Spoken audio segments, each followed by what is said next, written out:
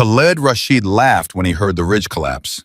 He actually laughed standing in the fortified compound he had spent 6 months building into a killing ground, listening to his fighters cheer over the radio as they reported the American sniper's position had been swallowed by the mountain. He pressed the transmit button and said in calm, deliberate English, "Tell command, Valkyrie is dead." Then he poured himself tea. He was wrong, and that mistake would cost him everything.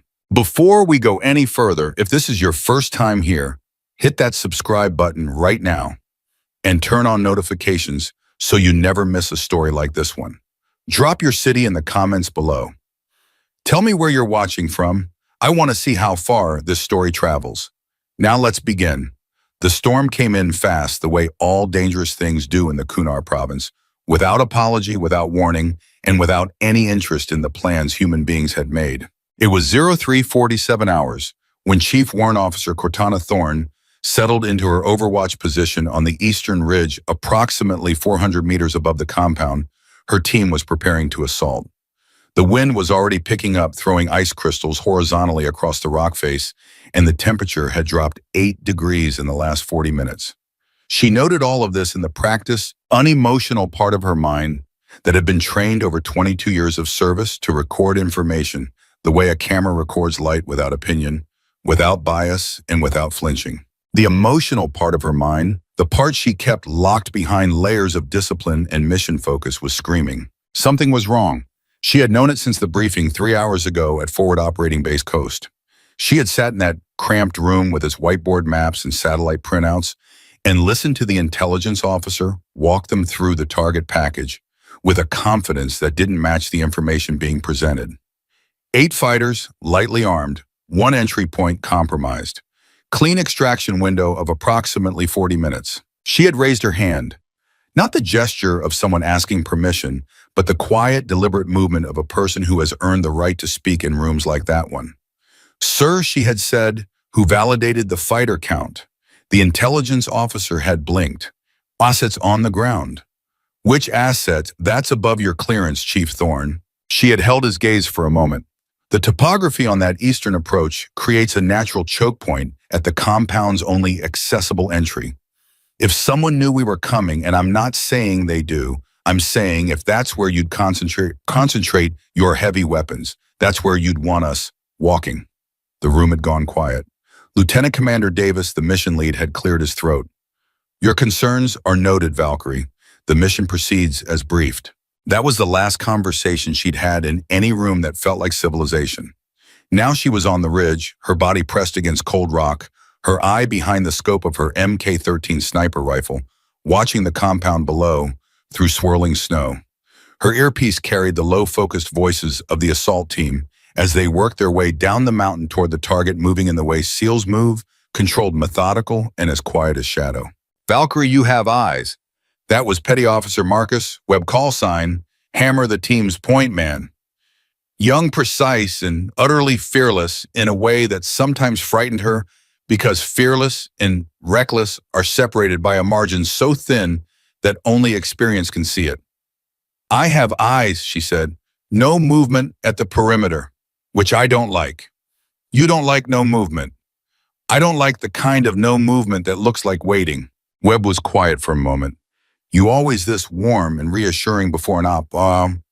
Ask me again when you're back on the bird." She heard him almost laugh. Almost. He was good at almost everything. She swept the scope slowly across the compound. 12 seconds of complete methodical observation. The structure itself was a collection of stone and mud brick buildings arranged around a central courtyard, typical for the region, unremarkable in design. 2 vehicles on the south side, a generator housing on the north wall. 3 visible windows, all dark. It was the windows that bothered her most. Dark windows in an occupied compound at 0347 meant one of 2 things. Either no one was home, or everyone was awake and not using lights because they didn't need to, because they already knew where to aim. "Hammer, hold on. Approach," she said. "Valkyrie, we are 30 seconds from breach." "Hold." She heard Davis's voice cut into the channel, sharp and flat. "Thorne, do not interdict this operation. We are go for breach." "Hammer, continue." She pressed her eye harder against the scope. There in the second window from the left. Not a person, Not even movement, just the faintest geometry of something that didn't belong. A shape that was too straight to be natural, too deliberate to be furniture. The barrel of a heavy machine gun. "Contact!" she shouted into the radio. "Machine gun's second window left. They're waiting for you. Abort, abort, abort." The world came apart. The compound erupted in simultaneous fire from four directions, at once coordinated with the precision of people who had rehearsed this exact moment. What was supposed to be a compound containing 8 lightly armed fighters became in an instant a kill zone built around automatic weapons, rocket-propelled grenades, and pre-sighted firing lanes that covered every approach to every doorway, every piece of cover, every logical retreat route.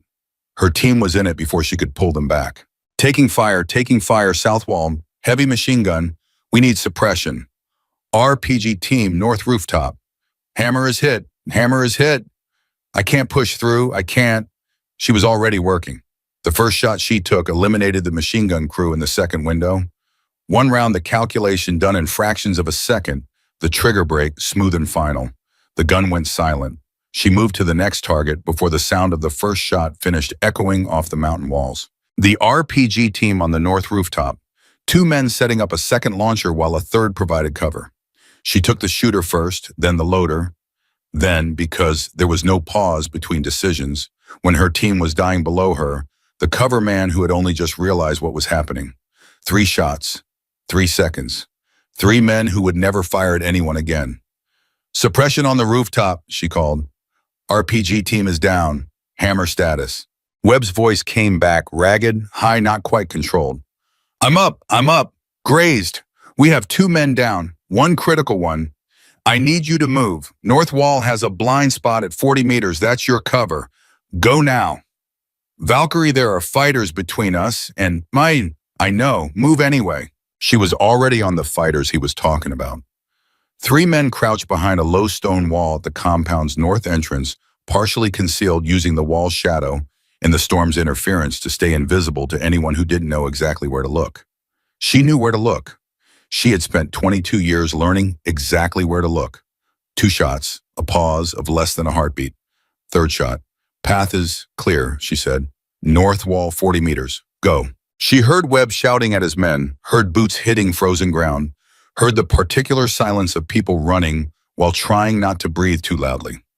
She covered their movement, sweeping continuously, finding and neutralizing anyone who tried to interrupt their sprint to cover.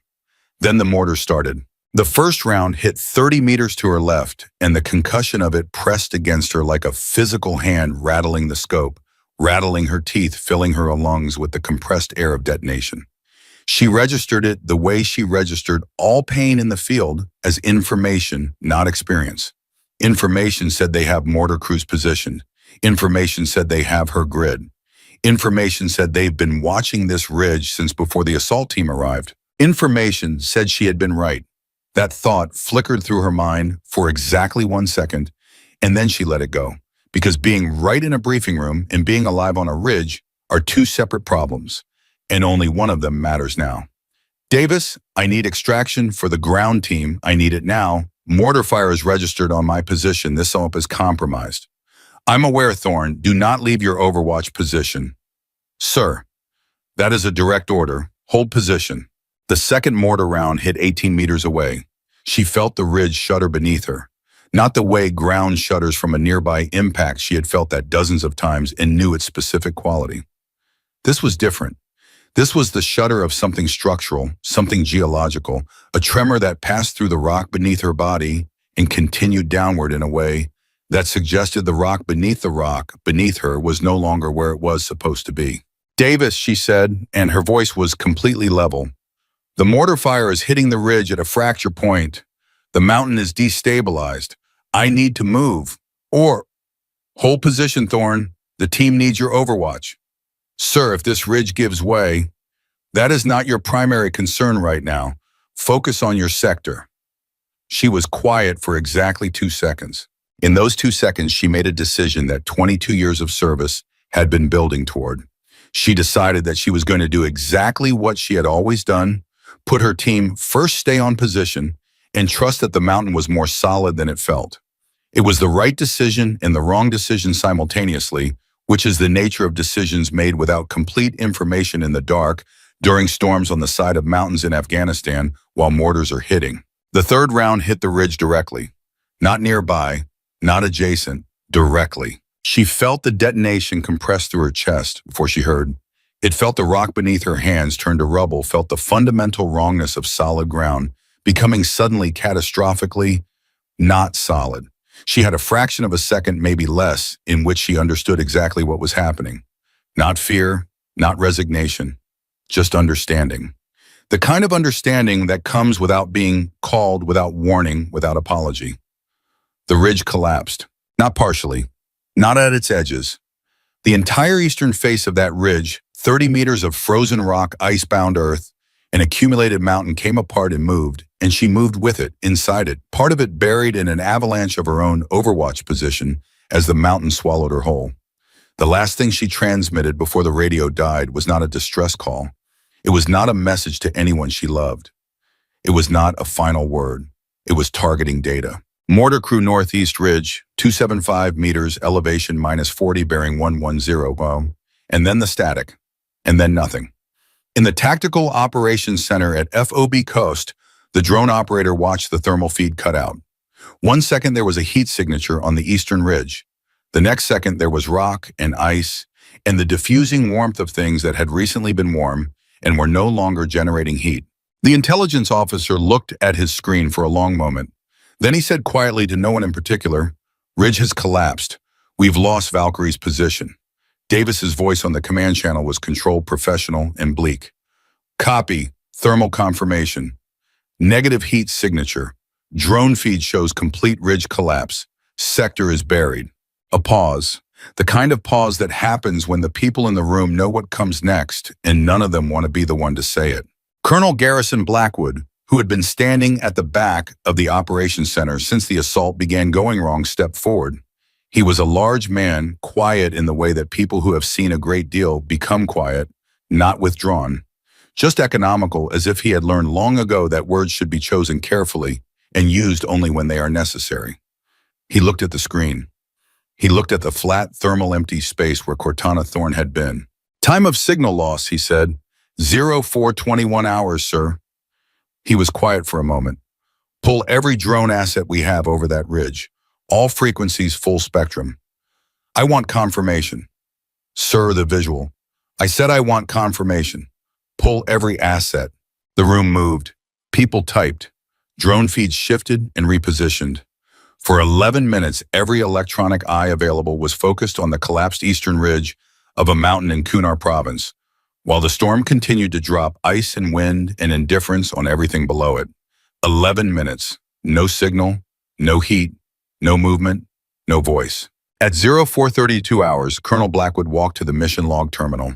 He paused with his hand above the keyboard for a moment that the people in that room would later describe differently depending on who you asked. Some said he hesitated. Some said he showed no emotion at all. Some said they saw his jaw tighten in a way that was almost imperceptible. He typed 3 letters, K-I-A. And below that in the field designated for notes, body unrecovered, ridge collapse, storm conditions prevent immediate recovery operation. And then, because documentation requires specificity, Chief Warrant Officer Cortana Thorne, call sign Valkyrie, 22 years of service, confirmed K, IA 0432 hours local. He stepped back from the terminal. In the storm outside in the dark, in the collapsed ruin of a ridge on a mountain that didn't care about human designations or military records or the specific grief that settles into a room when someone types those 3 letters, beneath 40 meters of rock and ice and frozen earth, a finger moved. Not the dramatic movement of someone awakening in a movie. Not the triumphant motion of survival asserting itself against impossible odds. Just a finger cold beyond the ability of cold to fully register pressing against rock that had not shifted in the 4 minutes since the collapse had stopped moving. The finger was attached to a hand. The hand was attached to a wrist. The wrist was attached to an arm that was broken in 2 places and should not, by any reasonable medical assessment, be capable of generating the neural signal required to move a finger. But Cortana Thorne's nervous system had never been particularly interested in reasonable medical assessments. The finger moved. And then in the darkness beneath the mountain, something that sounded less like breathing and more like a decision being made. She inhaled. The air was thin, compressed, carrying the smell of detonation and rock dust and blood that was partially hers and partially not. Her lungs registered the information, not enough oxygen here for an extended stay. Her brain registered the information, you are buried, you are injured, you are alone. The temperature is somewhere that medical professionals describe with clinical words that mean you are running out of time. And somewhere deeper than the part of her that processed information, in the part that had been built and rebuilt across 22 years of choosing to continue when continuing, was the harder option. She registered one more piece of information. She was alive. The argument about what to do next was brief. It lasted approximately as long as it takes to make a choice when you have already decided long ago what kind of person you are. She was the kind of person who did not accept the designation that someone else had written above a keyboard in a room that was not on this mountain. KIA, killed in action. She felt the weight of 40 meters of rock and ice above her, felt the broken arm, felt the ribs that ground against each other when she breathed in a way that told her multiple fractures before any medical training was required, felt the warmth at her side that was blood moving out of her body and into the cold, cold earth. She felt all of it. And then she did the thing that would later make Colonel Garrison Blackwood, a man who had spent 30 years in special operations and had thought he had seen every variety of human endurance, sit quietly in a chair in a debriefing room and say nothing for a very long time. She started to dig, not with both hands. The broken arm responded to the demand she placed on it with a wave of pain so pure and complete that her vision went white, even in the total darkness. She registered the information: this arm cannot generate torque. She transferred the assignment. One hand, her left, pressing against rock, finding purchase, moving earth, a centimeter, another centimeter. Her ribs ground together with every breath, and every breath was a negotiation between oxygen and agony, and she was losing the negotiation incrementally with every passing minute, and she did not stop. Somewhere above her, above 40 meters of collapsed mountain, above the storm that had swallowed the battlefield, above the drone feeds showing no heat signatures, and the mission log with 3 letters entered at 0432 hours, her team was still out there. Some of them were down. Some of them might be dying. All of them believed she was already dead. She thought about Webb, about the quality of his voice when he said, "I'm up, I'm up." The 2 repetitions that people use when they are trying to convince themselves as much as anyone listening. She thought about Davis, who had given the order to hold position, and whether he was the kind of man who would carry that order with him for the rest of his life, or whether he was the kind of man who would write it off as tactical necessity and move forward. She thought about Blackwood standing at that terminal and what his face had looked like, and whether he had paused before typing. She dug. Minutes passed. She didn't count them because counting them would require some portion of her concentration, and she was not willing to divide anything she had.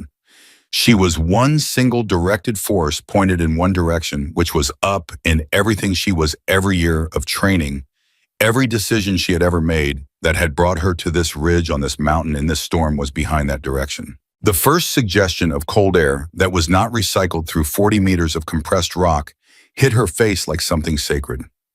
She stopped. She waited. The air moved again. Thin, arctic, carrying ice crystals and the smell of the storm and the particular absence of everything that was warm and enclosed. Outside air. She was close. She pressed her left hand against the rock above her, pushed with everything she had through an arm that was firing signals in the wrong directions due to broken ribs pressing against things inside her chest that were not supposed to have anything pressing against them, and she moved toward that thread of cold air like it was the only true direction in the world, which at 0447 hours on a mountain in Kunar province, Afghanistan, with the storm still howling and the mission log still reading KIA and her team still pinned down below. It was. The hand broke through, not dramatically, not with triumph.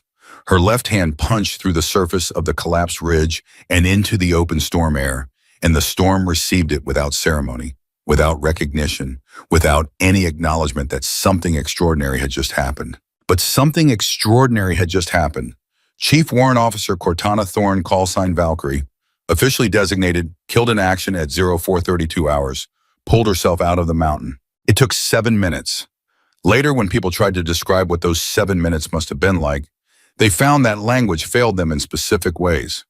The words available were adequate for ordinary human endurance and inadequate for what she did in those 7 minutes with a broken arm and fractured ribs and internal bleeding and a core temperature that a trauma surgeon would later call incompatible with sustained physical effort. She emerged from the collapsed ridge at 0454 hours. She lay face down in the snow for 37 seconds. She counted these ones because 37 seconds was how long it took for her vision to clear enough to assess her environment, and she needed her vision to assess her environment before she could do anything else. Then she rolled over. She looked up at the storm.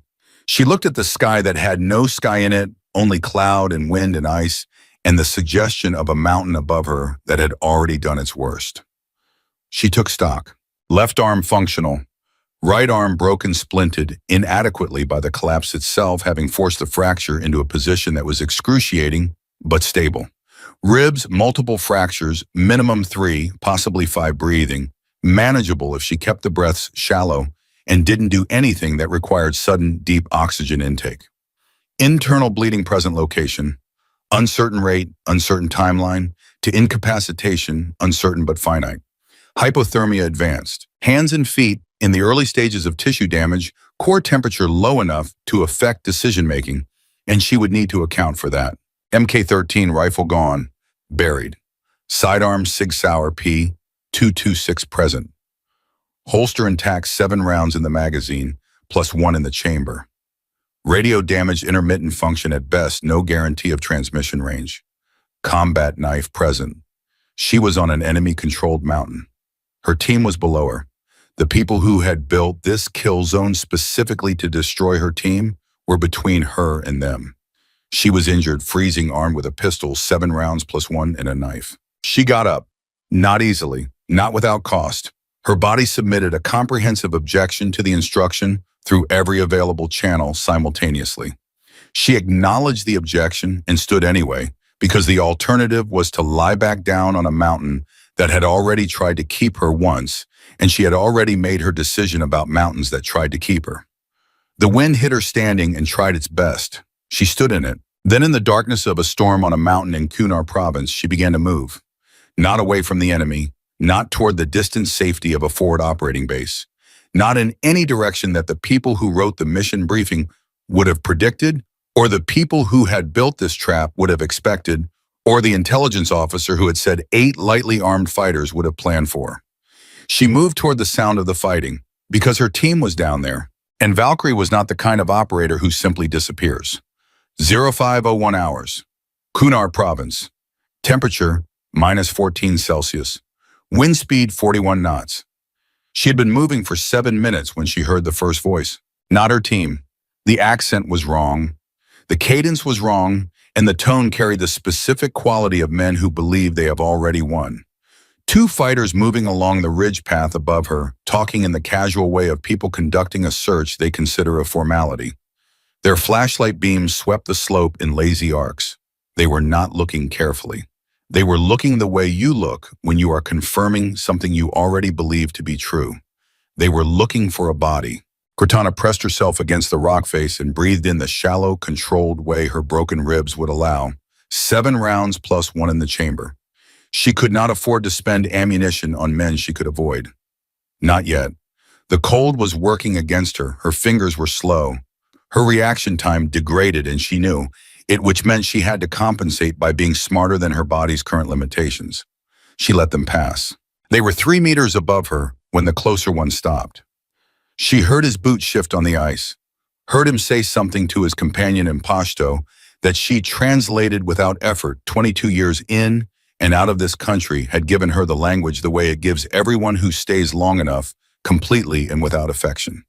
He said, "The sniper. They want the body confirmed." His companion said, "The mountain confirmed it. You saw the ridge. Command wants visual." A pause. The flashlight swept downward toward the lower slope, toward the area where she was not, because she had moved 6 meters to the left in the last 45 seconds with the specific deliberateness of someone who understands that staying still is a choice and choices have consequences. "Nothing," the closer one said. "Nothing," his companion agreed. They moved on. She exhaled, one breath, counted to 3. Then she continued moving down the slope toward the sound of sporadic gunfire that told her the battle below was not finished, which meant her team was not finished, which meant she still had work to do. 0514 hours. She heard Webb before she saw him. His voice was coming through the damaged radio in broken fragments, carrier waves cycling in and out, but enough, just enough. He was calling her call sign into the dead air with the persistence of someone who refuses to accept what the silence is telling him. Valkyrie, Valkyrie, come in. This is Hammer. I know you might not be. Valkyrie, come in. She keyed her radio. Static. She adjusted the frequency manually, working with fingers that were not responding at full speed, feeling the fracture in her right arm remind her of itself with every movement. She keyed again. Hammer, reduce your transmission frequency. They're monitoring. The silence that followed lasted 4 full seconds, and she understood what those 4 seconds contained, the particular shock of hearing a voice you had categorized as gone. Then Webb said very quietly, say again. I said reduce your transmission frequency. You're broadcasting clear. They can hear you. Another pause. Shorter. She could almost hear him recalibrating. Valkyrie, I'm moving. What's your status? 2 men down, 1 critical. Davis took a round through the shoulder. He's functional. We're pinned at the north wall. They've got a second machine gun crew on the eastern approach, and we cannot push through and we cannot extract without Valkyrie. How are you alive? I'll explain it to you when you're on the helicopter. Right now, I need the grid on that machine gun crew. He gave her the grid. She mapped it in her head against the terrain she had memorized from the satellite imagery in the briefing, against what she had observed from the ridge before the ridge stopped existing, against the topographic logic of where you position a crew if you want to control an approach. How many shooters on that crew? We counted 3, possibly 4. Direction of primary fire, south-southeast. They've got the extraction corridor locked. She thought for 3 seconds. 3 seconds of complete calculation during which the storm continued to be indifferent, and her ribs continued to grind, and the blood at her left side continued its slow, steady argument against her continued activity. I'm coming in from the north. When I engage, you move. Don't wait for me to finish. You move the second you hear the first shot. Valkyrie, you don't have your rifle. I know what I have. Then what are you going to? Move on the first shot, Hammer. Don't hesitate. She cut the transmission before he could ask anything else she didn't have answers for, and then she moved toward the machine gun position with a broken arm and a pistol and the specific quiet rage of a person who has already died once tonight and found the experience unsatisfactory. 0528 hours. She found the crew exactly where the grid said they would be, which was also exactly where she would have put them, a natural depression in the rock that created a forward firing position with protection on 3 sides and a clean line of sight down the primary extraction corridor. 3 men. The 4th Webb had suspected was 20 meters back running ammunition. She had 8 rounds. She had 1 functional arm. She had the storm, which was still generating noise and visual interference at a rate that worked equally in both directions, which meant they couldn't see her as well as they would in clear conditions, but she also couldn't afford the kind of mist that clear conditions would have made impossible. She got to within 11 meters before the nearest fighter's instincts, the kind that years in a war zone develop in people, the way years of cold weather develop.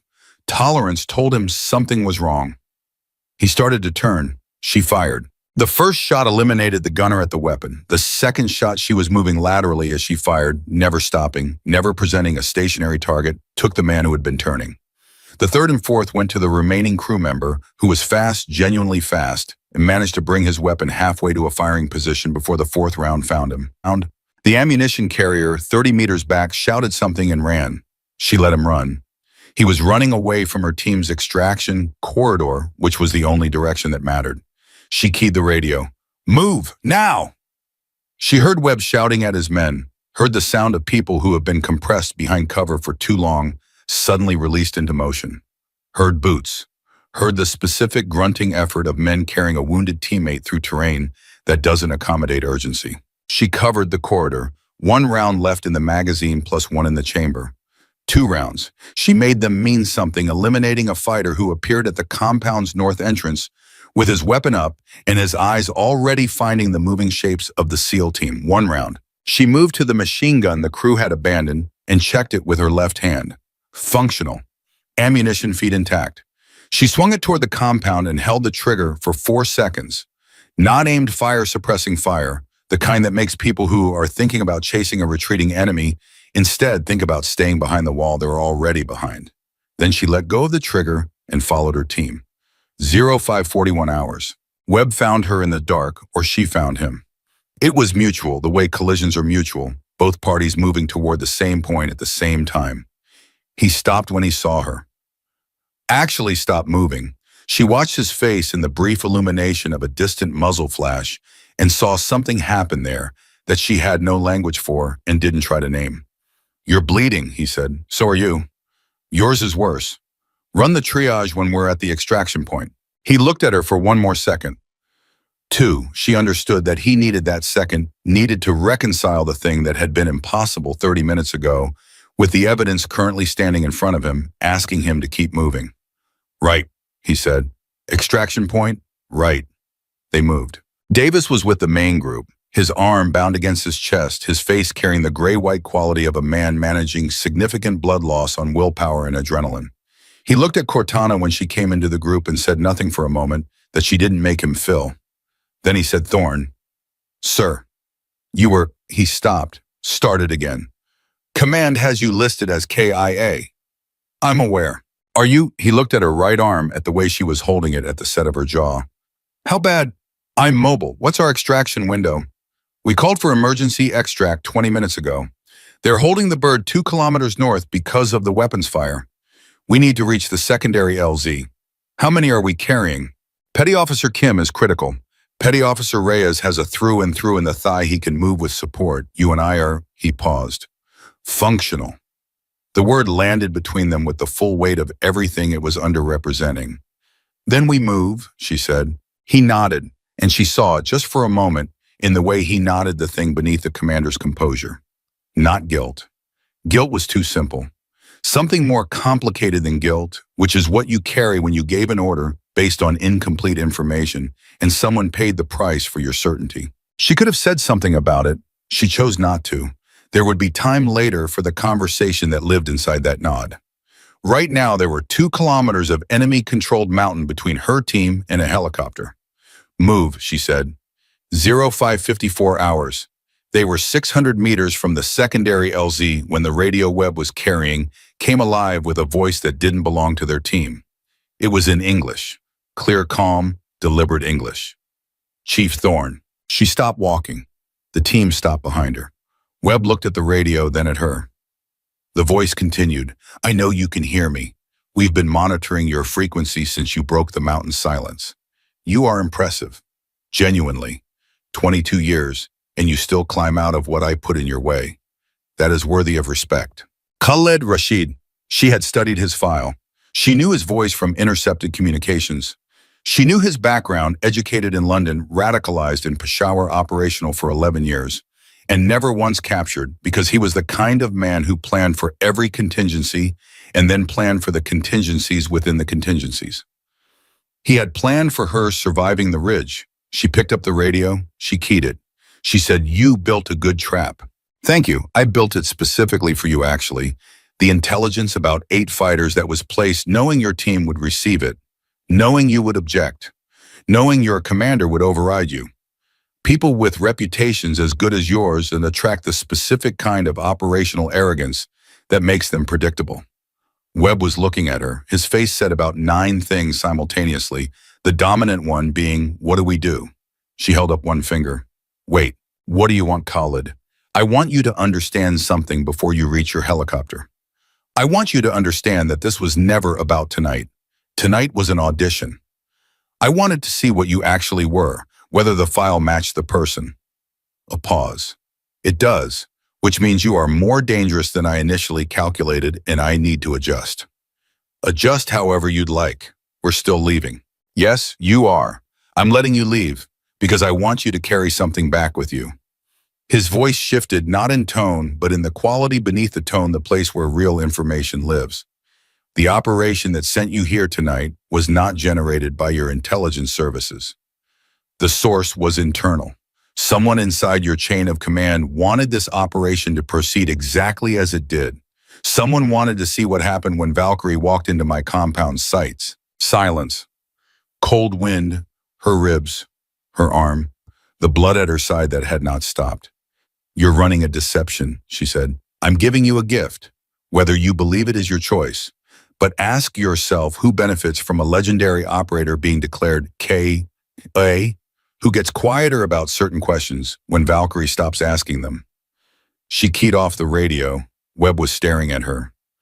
Davis, who had been close enough to hear, had an expression she couldn't read in the dark. That's a psychological operation, Davis said. He's trying to fracture unit trust. I know what it is, she said. Then we ignore it. We note it, she said, and we move. She handed the radio back to Webb and started walking. One step, then another, the way you continue anything that has to be continued by continuing it without pausing to determine whether continuation is reasonable. Because reasonable stopped being relevant several hours and one mountain collapse ago. But the voice was in her head, not because she believed it, not because she was ready to believe it.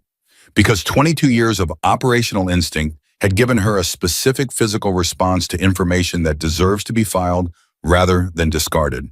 And right now, that response felt like a stone sitting behind her sternum that had nothing to do with her broken ribs. Who benefits? She walked. The team walked behind her, 0609 hours. The secondary LZ was a flat expanse of exposed rock that the wind had scoured clean of snow, which was both useful and exposing in equal measure. Useful because the helicopter could put down cleanly. Exposing because there was no cover within 30 meters, and the approach had to be crossed in the open. She had them stop at the edge of the exposed area. Webb, she said quietly, Reyes can move on his own, with support. I need you and Martinez to take Kim across first. Move fast and don't stop. Davis, you and I cover the crossing. Thorne, Davis said, you've got one round. I know what I've got. He looked at her for a moment. Then he raised his weapon and took a position beside her and didn't say anything else, which was the right decision, and told her something about him that the rest of the night had not. Webb and Martinez moved. Kim was unconscious, carried between them, his weight distributed in the way of people who have done this before and will do it again and find no grace in it, only necessity. They crossed the LZ in 40 seconds, the longest 40 seconds Cortana had experienced in a night that had not been short on long seconds. Reyes went next, moving with the specific grim determination of a man who has decided that the leg is not going to be the thing that stops him, and he was right and he made it. Go, she told Davis. Together. Sir, that's not a request, Thorne. She looked at him. He was watching the darkness at the perimeter with his weapon up, and in the quality of his attention, she saw the thing she had been trying to locate in him since the briefing room, the part of him that knew he had been wrong, and had decided that knowing it was not enough, that you have to do something with the knowing. Together, then. They crossed the LZ side by side, no contact. The storm covered them. The dark covered them. The 50 meters of exposed rock were 50 meters, and then they were across, and the sound she had been listening for through the entire crossing suddenly became real and present, and it was the best sound she had heard in a very long time. Rotors. The Chinook came in low and fast the way extraction birds do. When there are reasons to be low and fast, its light suppressed its sound preceding it through the storm like an announcement. It touched down with the careful urgency of a pilot who wants to spend as little time on the ground as possible and is very good at achieving that preference. The loadmaster was at the ramp before the skids settled. He was shouting something. His eyes found the group, found Kim's condition, found the general state of everyone present, and his shouting became directed and specific, and people started moving toward the ramp. Webb grabbed Cortana's left arm as she reached the ramp. I've got you, he said. I know you don't need it. He looked at her. I've got you anyway. She let him, not because she needed the physical support, though her legs were doing something unreliable at the edges of her awareness that she had been choosing not to acknowledge. Because there are moments when someone offers you a hand, not because you're falling, but because they need to be holding something and you understand what they need and you let them. She let him. The ramp came up. The Chinook lifted. Through the small porthole window, she caught one last glimpse of the mountain, the collapsed ridge, a darkness within darkness, the compound below still showing the irregular glow of small fires, the storm still covering everything in the indifference it had maintained throughout the entire night. She looked away from the window. Davis was across the helicopter from her. His arm bound, his eyes closed, not unconscious. She could tell by the set of his jaw, just somewhere else for a moment, in the specific internal place that commanders go when they are reviewing the sequence of decisions that brought them to a particular outcome. The intelligence officer's voice, 8 lightly armed fighters. Her own voice, who validated the fighter count. His voice, your concerns are noted. She looked away from him too. Webb sat beside her close enough that she could feel the heat of another person, and she understood that she was colder than she had been allowing herself to register, because that heat was the most significant physical sensation she had experienced since she pulled herself out of the mountain. The crew medic was moving toward Kim. He assessed for 10 seconds. His face did the thing that faces do when they are working to stay professional and the information isn't cooperating with professionalism. He's critical, the medic said to no one specifically.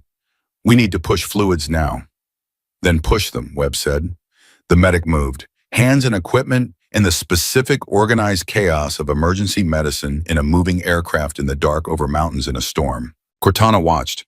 She had done everything she could do for Kim on the ground, which was to get him to this helicopter, which was the only thing that she had been able to do, and it would have to be enough, and she would not know for several hours whether it was. The medic reached her next. He looked at her arm at her side, at the color of her face, and his expression shifted. Chief, I need to... Kim first. I have another medic on Kim. I need to... Kim first, she said, and it was not a negotiation. He held her gaze for 2 seconds.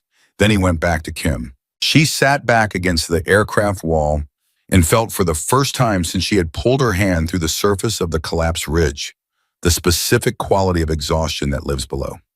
Adrenaline.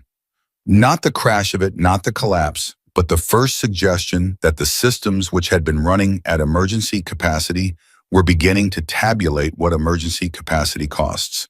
It costs a great deal. She reached into her pocket with her left hand. The motion was careful. What she removed was small, a folded piece of laminated paper worn at the edges from years of being in that pocket, carrying the accumulated contact of a hand that checked for it periodically, the way some people check for their pulse to confirm the continued presence of something essential. She didn't open it, she just held it. Webb beside her saw what she was holding and didn't ask about it. That was one of the things about Webb. He knew which questions to ask and which ones to let exist in silence.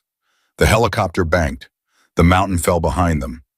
Ahead through the cockpit windshield, the first suggestion of light at the eastern horizon said something about time and continuity that she was too tired to translate into words.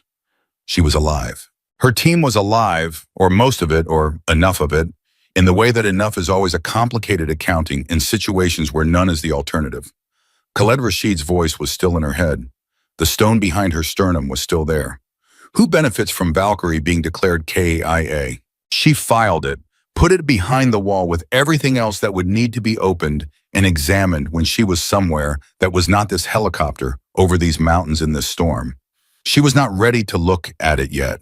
She was not ready because looking at it required a level of analytical energy she currently did not have, and she was not the kind of person who looked at things she couldn't look at properly. But she filed it carefully, because she was also not the kind of person who threw away information just because it came from an enemy's mouth. Enemies lied. Everyone in her world knew that. Enemies also occasionally told the truth, not out of generosity, but because the truth deployed correctly is more damaging than any weapon. She filed it. She held the folded paper in her left hand. She breathed in the shallow, careful way her ribs required, and she stayed conscious by the specific act of choosing to stay conscious, which was a choice she had been making for the last 93 minutes and intended to continue making. The medic came back to her. This time she let him. He cut the sleeve of her jacket. He looked at the arm. He looked at her side of the... He looked at her face. Chief Thorne, he said, I need you to know that your body has been doing things it is not physiologically supposed to be doing. I know, she said. The internal bleeding alone. I know. He held her gaze. He was young, 24, maybe 25, with the eyes of someone who had seen enough to stop being surprised by what the human body could survive, but had not quite stopped being affected by it. You should be in shock, he said. Clinically, by every marker I'm looking at. I don't have time to be in shock, she said. He looked at her for one more second.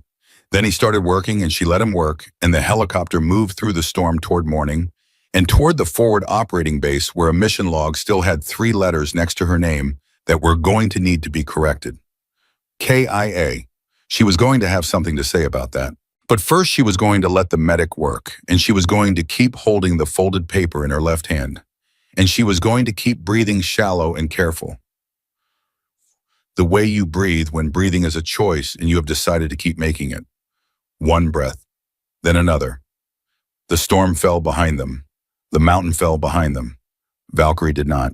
0641 hours, FOB coast, Medical Bay. The Chinook touched down hard and fast the way all emergency extractions land when the people inside have been waiting too long to be gentle about arriving. The ramp dropped before the rotors finished cycling, and the medics who had been staged on the tarmac moved before the aircraft fully settled, which told Cortana everything she needed to know about how her team's condition had been communicated ahead of their arrival. They came for Kim first. That was correct. She watched them take him off the aircraft with the controlled urgency of people who understand that controlled urgency is the only kind that actually helps.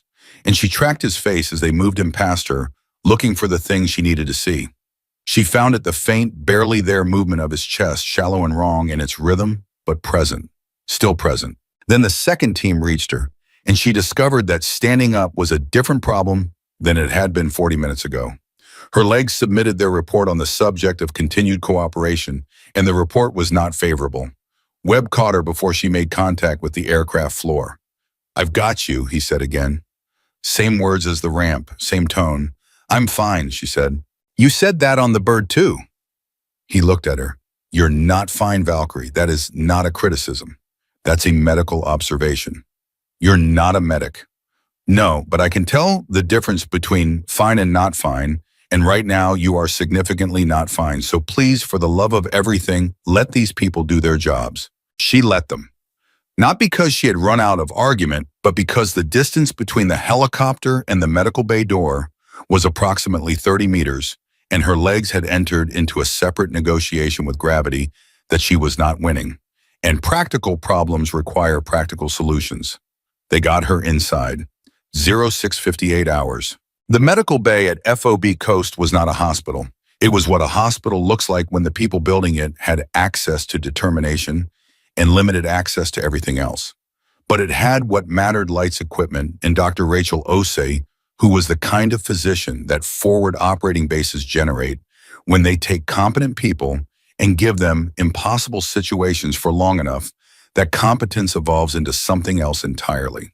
Dr. Osei looked at Cortana the way she looked at everything that arrived in her medical bay, with complete, unsparing assessment, and without the flinching that assessment sometimes generates in people who haven't yet separated the emotional response from the diagnostic one. "Right arm broken in 2 places. She said, her hands moving as she spoke, not asking, confirming. "Minimum 3 rib fractures, possibly 5. Internal bleeding left side. I'm going to need imaging to determine rate and source. Hypothermia, moderate to severe core temperature. I'm going to guess is hovering around 34 Celsius. 33.8, Cortana said. Dr. Osei paused. "You know your own core temperature." "I've been tracking my cognitive function as a proxy. The math started getting slower about 40 minutes ago." Dr. Osei looked at her for a moment in the way that people look at things that are simultaneously impressive and alarming. Then she said, "You climbed out of a collapsed mountain ridge with a core temp of 33.8 and a broken arm. And fractured ribs. And fractured ribs." She shook her head, and it was not the shake of disbelief. It was the shake of someone who has seen a great deal and knows that this belongs in the category of things you remember for the rest of your professional life. "Chief Thorne, I am going to need you to stop managing this situation and let me manage it."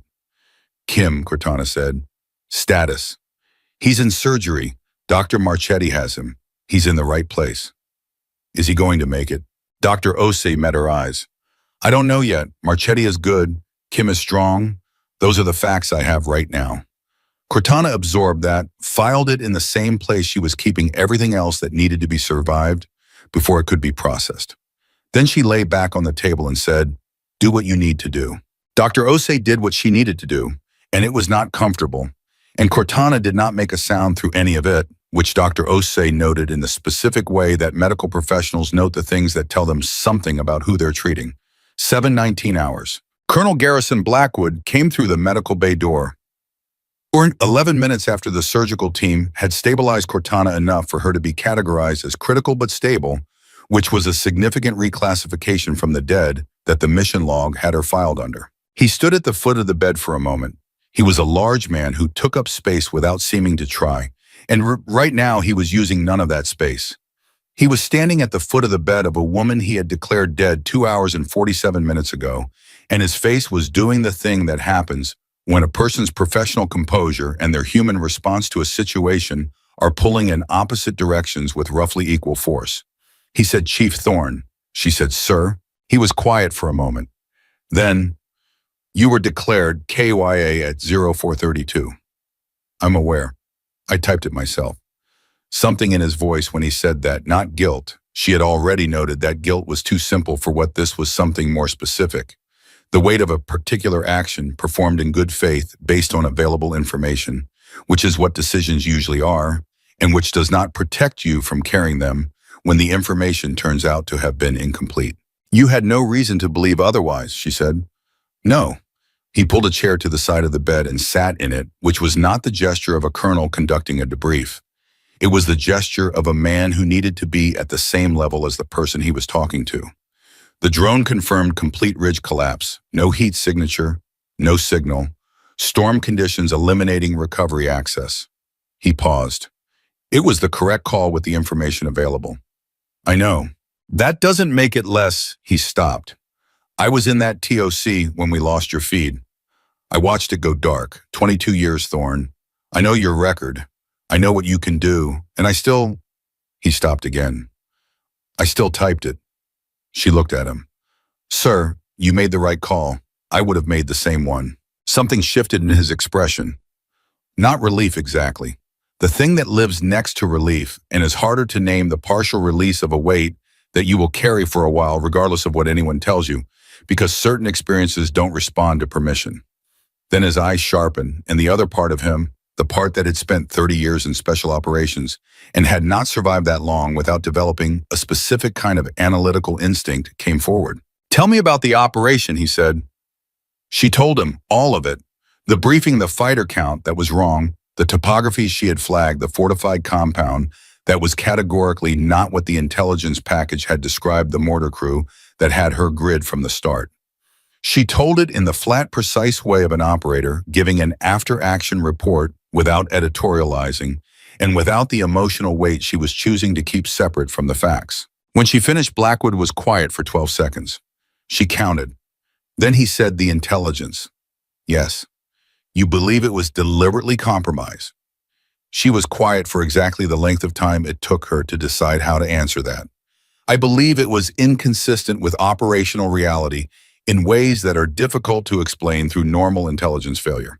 That's a careful answer. It's an honest one. "I don't have a confirmation. I have pattern recognition and 22 years of instinct." He nodded slowly. "You said Rashid contacted you directly." "On a monitored frequency. He knew our call signs. He knew enough about the operation structure to describe it accurately. Either his signals intelligence is significantly better than our assessment or someone gave it to him." The sentence sat between them in the medical bay with the particular weight of sentences that once spoken cannot be unspoken and change the topology of every conversation that comes after them. "He said something else," Cortana said. She watched Blackwood's face as she said it. "He said the operation wasn't generated by our intelligence services, that someone inside our chain of command wanted it to proceed as it did." She paused. "He said someone wanted to see what happened when Valkyrie walked into his sights." Blackwood's face did not change. That was the thing she noted. Not that he showed no emotion, but that the absence of a reaction was itself a specific kind of reaction. The stillness of someone who has heard something that connects to things they already knew, rather than the stillness of someone hearing something new. "Sir," she said carefully, "have you seen anything that suggested—" "This is not a conversation we're having in a medical bay," he said. His voice was level, not defensive, definitional, the way certain statements simply establish the parameters of what comes next. "You are in critical but stable condition. You need treatment and rest, The debrief will happen through proper channels when Dr. Osei clears you. He stood. He was going to leave. She could see it, the commander reasserting itself over the man who had pulled a chair to her bedside. Garrison, she said. He stopped. She almost never used his first name. He had not used it in however long it had been since the last time, and the sound of it from her apparently had an effect because he turned back around. What do you know? She said. Not confrontational, not demanding. The way you ask something when you and the person you're asking have been in enough situations together that pretending doesn't serve either of you. He looked at her for a long moment. Get better, he said. That's what I know right now. Get better and don't talk about Rashid's transmission to anyone but me. Not Davis, not the intelligence officer. No one. He held her gaze. Can you do that? The stone behind her sternum, the one that had been there since Rashid's voice came through the radio, settled deeper. Yes, sir, she said. He nodded once and left. 0744 hours. Webb came in 20 minutes after Blackwood left. He came in the way he did everything directly without excessive prelude, carrying coffee he had clearly acquired by navigating whatever bureaucratic territory existed between the medical bay and the nearest source of caffeine, and he set it on the table beside her bed with the gesture of someone who knows that the offering matters more than the object. Kim's out of surgery, he said. She felt something release in her chest that had nothing to do with the fractured ribs. Marchetti says he's stable. Critical stable, not the good kind, but stable. Webb sat in the same chair Blackwood had used. He's going to need time, but he's going to need it alive, which is the part that matters. Yes, she said, it is. Webb looked at her. He had cleaned up since the helicopter or tried to. The blood on his jacket was someone else's. She registered because she had checked everyone's wounds on the mountain, and his own had been superficial. The grazed arm Davis had reported, which Webb had treated like an afterthought during the entire extraction because it was relative to everything else. Can I ask you something, he said. You're going to ask it regardless. True. He leaned forward, elbows on knees, the posture of someone who has decided to be direct because they've run out of patience for indirectness. The radio contact with Rashid. What did he actually say?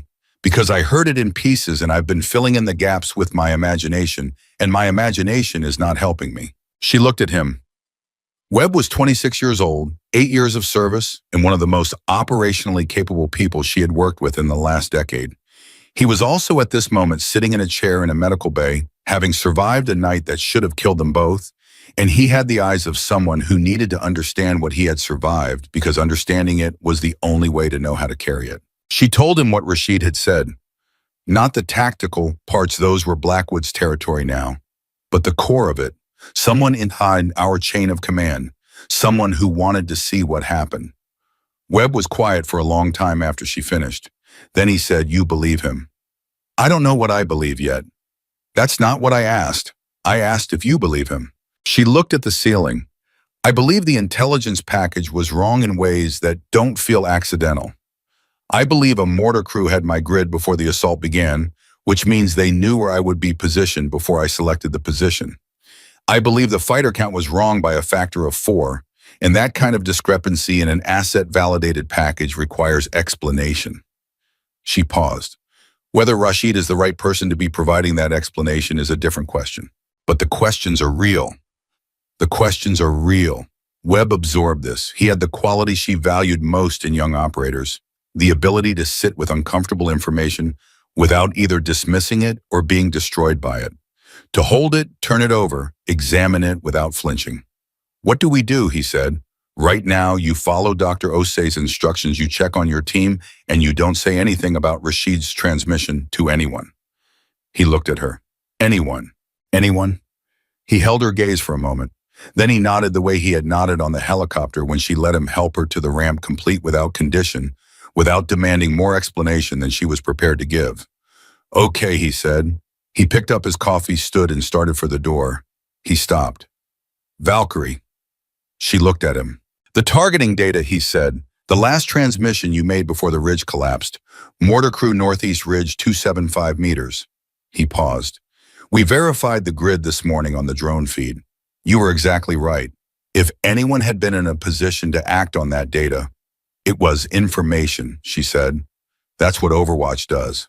You were buried under a mountain, And your last radio transmission was targeting data to protect the team. He shook his head slowly. I just wanted you to know that I know that. He left. She lay back in the bed and stared at the ceiling for a while, at the functional, unremarkable ceiling of a forward operating base medical bay, which had no business being the most peaceful thing she had looked at in several hours, but was 0831 hours. Dr. Osei came back with imaging results and the specific expression of a physician delivering information they respect the patient enough to deliver directly. The internal bleeding is from a laceration on the left side of your liver, small. The cold actually worked in your favor. Low core temperature slows blood loss. You got lucky, if lucky is the word for any part of tonight. Is surgery required? Not immediately. We're managing it conservatively. If the rate increases, you go in, but right now the numbers are moving in the right direction. She paused. The ribs are 4 fractures, not 3. The arm is going to need surgical repair, not just casting. The hypothermia is being managed. The short version, Chief Thorne, is that you are going to recover.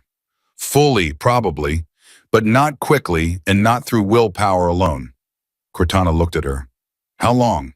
For full duty status, 16 weeks minimum. 12 if you are extraordinarily compliant with the recovery protocol, which based on everything I have observed in the last 2 hours, I assess is unlikely. 14, Cortana said. Dr. Osei blinked. Excuse me. 14 weeks. I will be extraordinarily compliant. I will follow every protocol exactly. 14 weeks.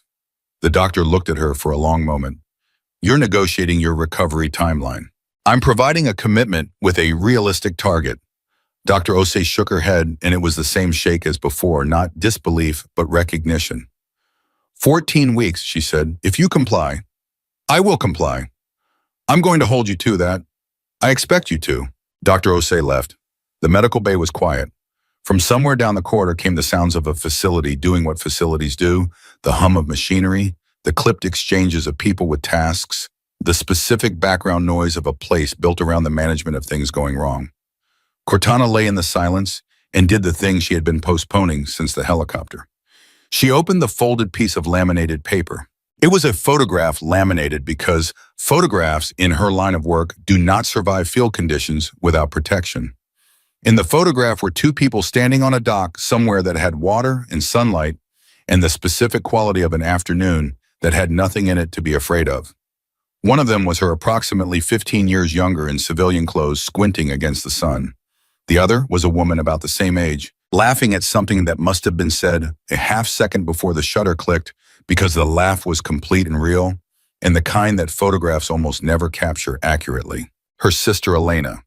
Elena, who was currently a professor of international law, Shalom at Georgetown, and who called her every Sunday without fail, and who had never once in 22 years told her to stop doing what she was doing because she understood that it was not a job but a definition, and who was going to get a call today that began with "I'm fine" and that Elena was going to be able to tell was not the complete truth, but who would also not push because she understood that too.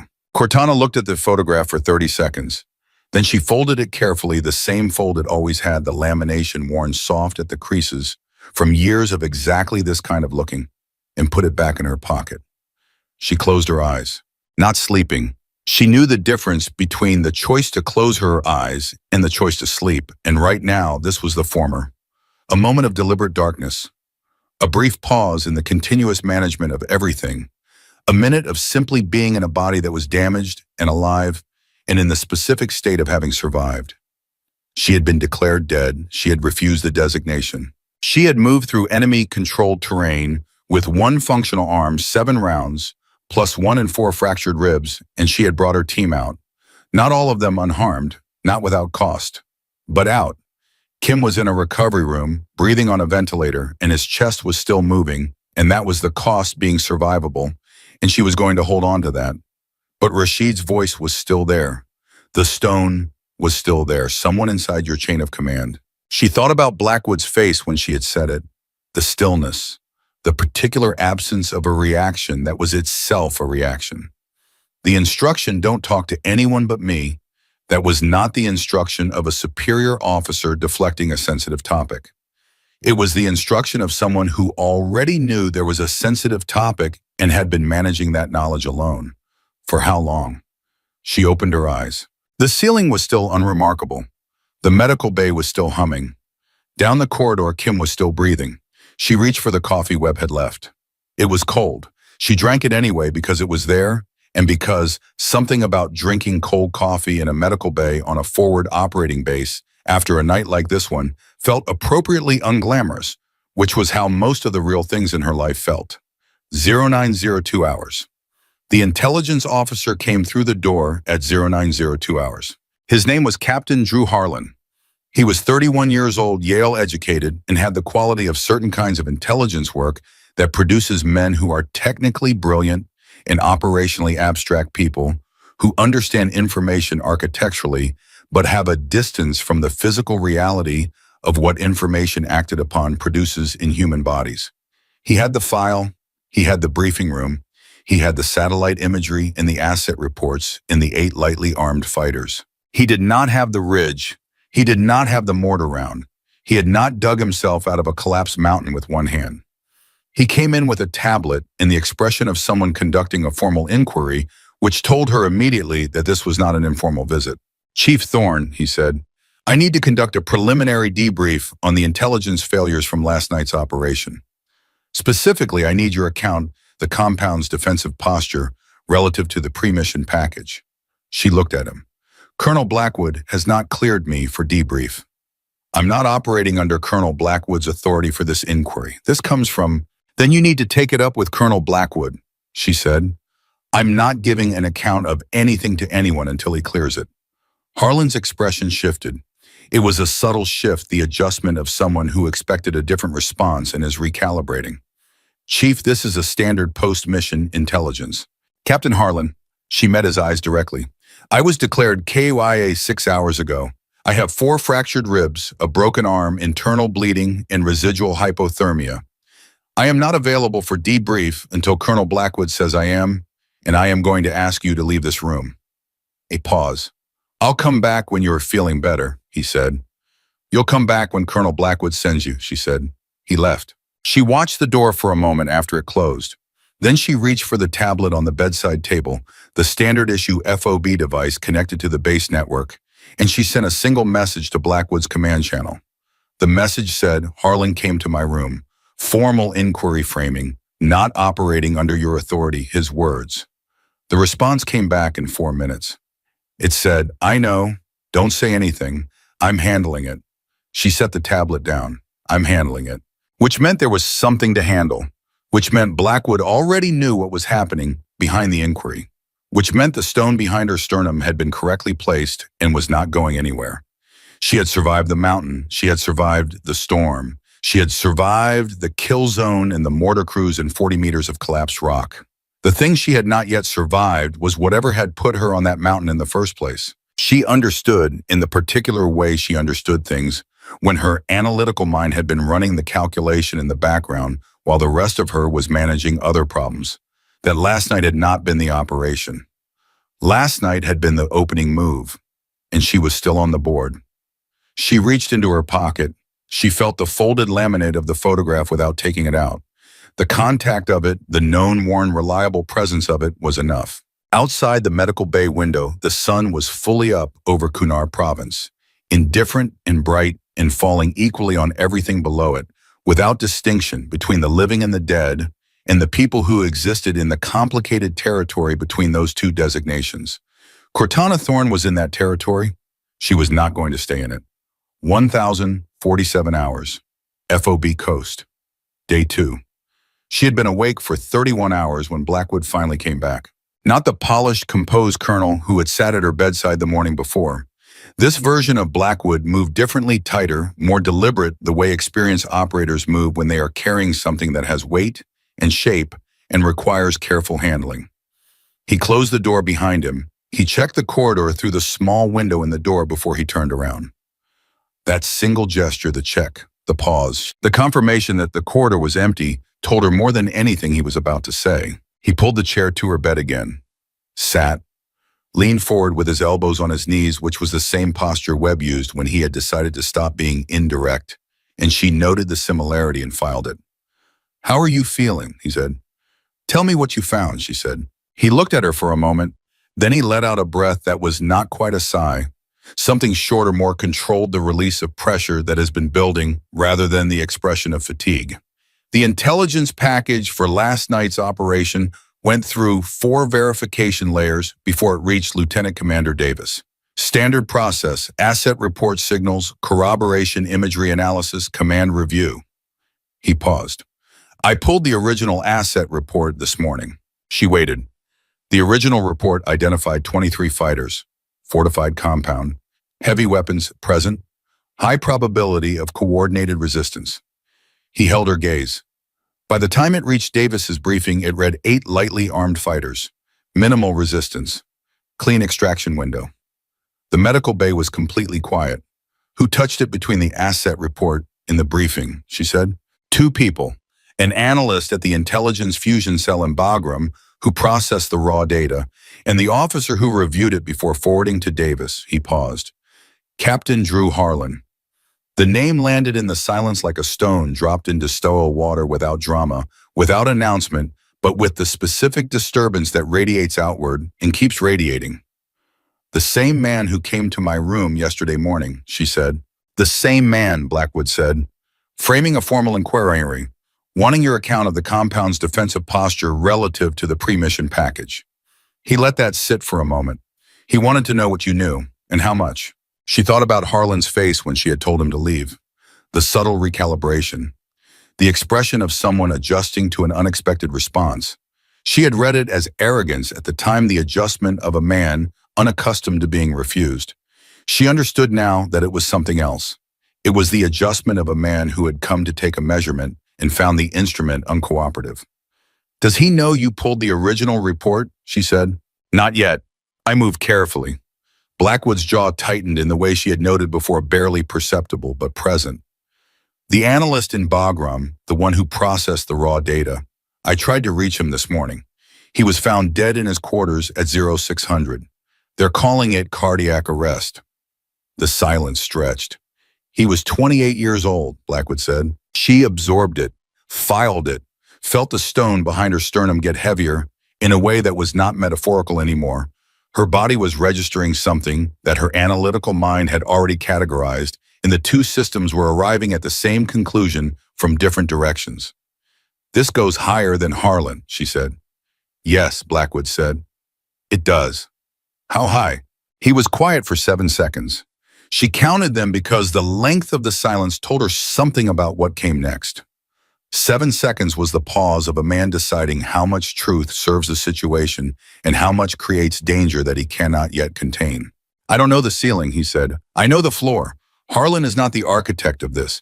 He doesn't have the access or the authority to move a compromised intelligence package through 4 verification layers undetected. He's a mechanism. Something is using him. Or someone.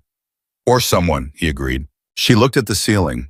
The unremarkable ceiling of the medical bay that she had spent the last 18 hours becoming very familiar with, that was now the backdrop against which she was mapping something she had been a piece of without knowing she was a piece of.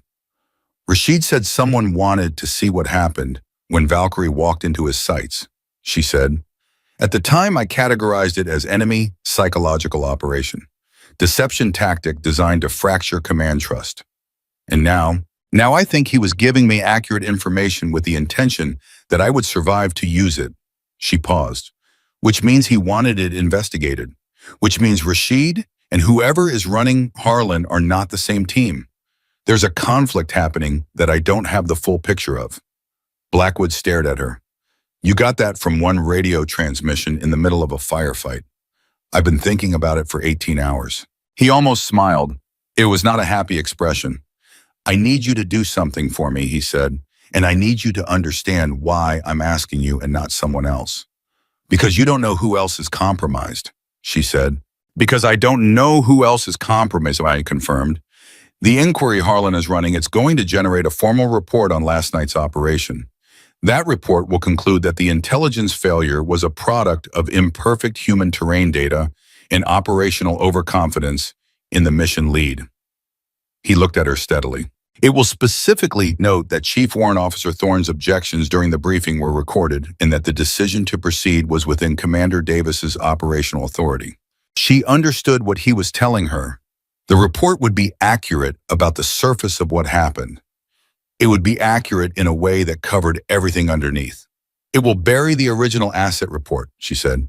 The original asset report has already been archived and flagged for routine 3-year destruction under standard intelligence housekeeping protocols. He reached into his jacket and placed a folded document on the table beside her bed. I pulled a copy before the archive process completed. This is the only one that exists outside of whatever Harlan controls. She looked at the document, then at him. You came here to give me evidence, she said. I came here because you are the only person in this building who I am completely certain did not compromise that mission. Because you were the intended target of whatever this is. And because he started again. Because when I typed KIA next to your name, I made a promise to myself that if I was wrong, I would do everything I could to make it right. He paused. I was wrong. This is me making it right. She picked up the document. The paper was standard printout, nothing special about its physical form, but the content was the kind of thing that changes the shape of situations. Hard numbers verified by an asset who was now dead, contradicting the briefing that had sent her team into a fortified kill zone. What do you need me to do? She said. I need you to get better, he said. 14 weeks like you told Osei. I need you to let Harlan run his inquiry without interference, without giving him anything he can use to shape his narrative around you. And I need you to trust me to do the parts of this that require access you don't have from a hospital bed. And when I'm off this bed, then we talk about what comes next. He stood. Chief Thorne, this is bigger than one bad intelligence package. I need you to understand that. This is not something we resolve in a debrief. I know, she said. I've known since the mortar crew had my grid. He held her gaze for a moment. Then he nodded the decisive kind, the kind that means a decision has been made rather than considered. He walked to the door, stopped. Your sister called, he said. Elena, she called the base commander's office this morning. She had been informed of the KIA designation. Something moved in Cortana's chest that was not related to the fractured ribs. What was she told, she said, that the designation was in error, that you are alive and injured and in stable condition. He paused. She said, and I'm quoting directly, tell her I know she's lying about being fine, and I don't care. I just need to hear her voice. He left. Cortana sat with that for a moment. Elena's voice even filtered through Blackwood's delivery, carrying exactly the specific quality it always had, the combination of complete understanding of who Cortana was and complete refusal to pretend that understanding made any of it easier. She picked up the base phone beside her bed. She dialed. Elena picked up on the second ring. Hi, Cortana said. The silence on the other end lasted approximately 1.5 seconds, which was the length of Elena processing the sound of her sister's voice, confirming something she had been telling herself to believe since the base commander's office called. Then, hi yourself. Elena's voice was even, controlled in the way that people who love operators learn to be controlled, not because they don't feel it, but because they understand that falling apart on the phone helps no one, and they have made a long-term choice to be useful rather than expressive. How bad? 4 ribs, broken arm, some other things that are being managed. Define some other things. Elena, Cortana, a pause.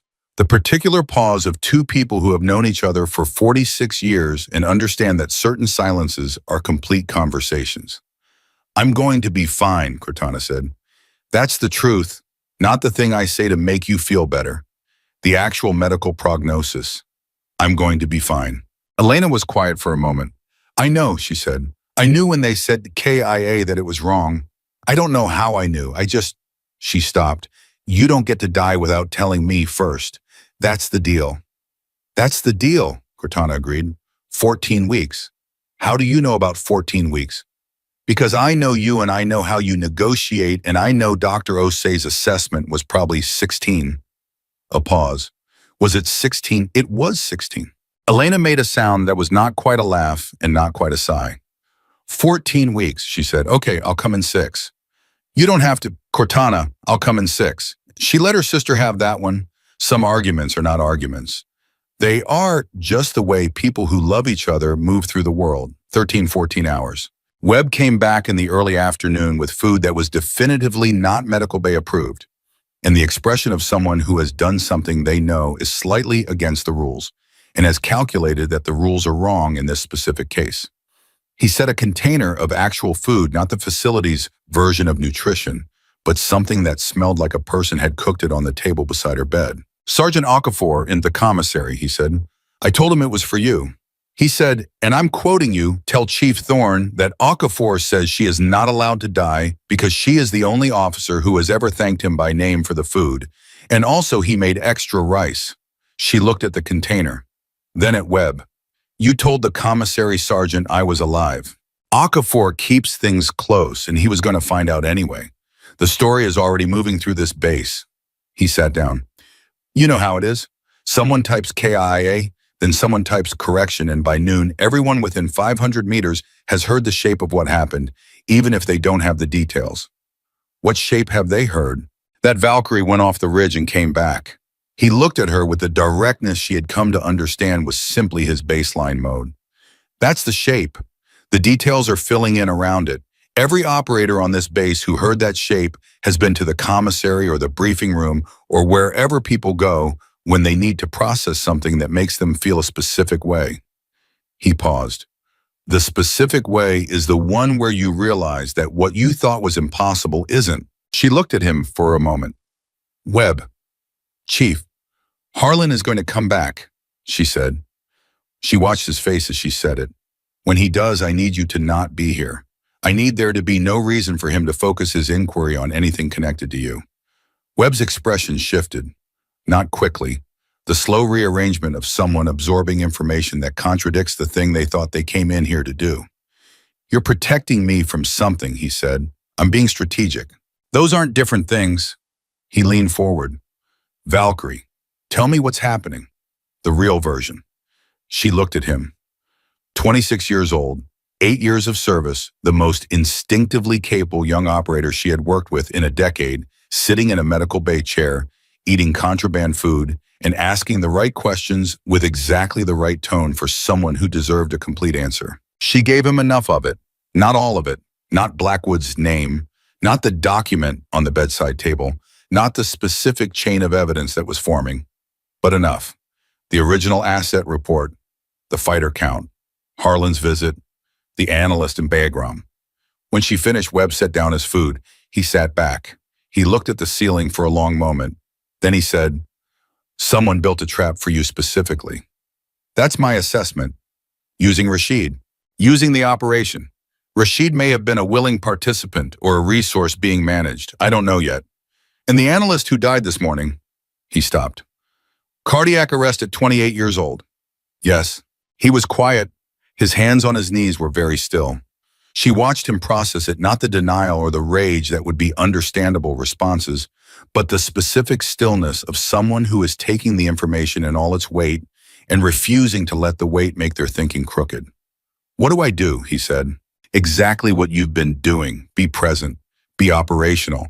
Follow Harlan's inquiry with complete cooperation and zero information. Don't ask questions that make you visible. She held his gaze. And trust me. He looked at her for a long moment. I trust you, he said, simply, without decoration. She nodded. 22 hours. Davis came at 3:30 in the afternoon, and he came alone without the command posture he had been carrying since the briefing room. He came in a way she recognized as effortful, the walk of a man who has been preparing what he needs to say and is finding that the preparation is inadequate now that he is in the actual room. His arm was in a proper sling now, the shoulder wound addressed.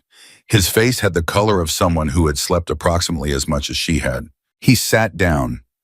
He did not reach for the chair the way Blackwood had deliberately, intentionally. He just sat. Then he said, I should have listened to you. She looked at him. In the briefing room, he said, you raised the fighter count. You raised the topography. You were right about all of it. He paused.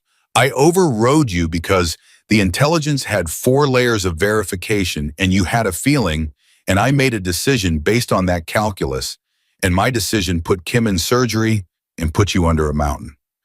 The intelligence was deliberately compromised, she said. He looked up sharply. What? The 4 layers of verification were manipulated. The original asset report read 23 fighters, fortified compound heavy weapons. By the time it reached you, it had been changed to 8 lightly armed fighters. She watched his face. You made a decision based on information that was designed to make you make the wrong decision. The failure was not yours. Davis was quiet for a very long time. She watched him process it, the specific sequence of a man who has been carrying the responsibility for a catastrophic outcome, discovering that the weight he has been carrying is partially misplaced. It is not a simple relief.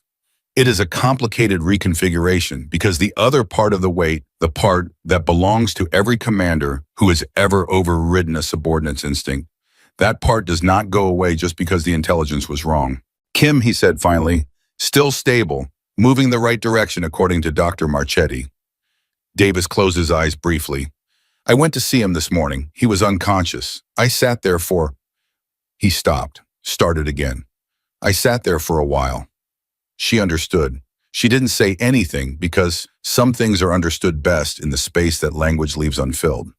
The inquiry, Davis said, Harlan's inquiry, he's requesting my full operational report by tomorrow morning. Give it to him, she said. Everything you have, everything that happened exactly as it happened. Don't interpret, don't analyze, don't editorialize, just facts. Is there something I should know before I give him exactly what happened, she said. Nothing more.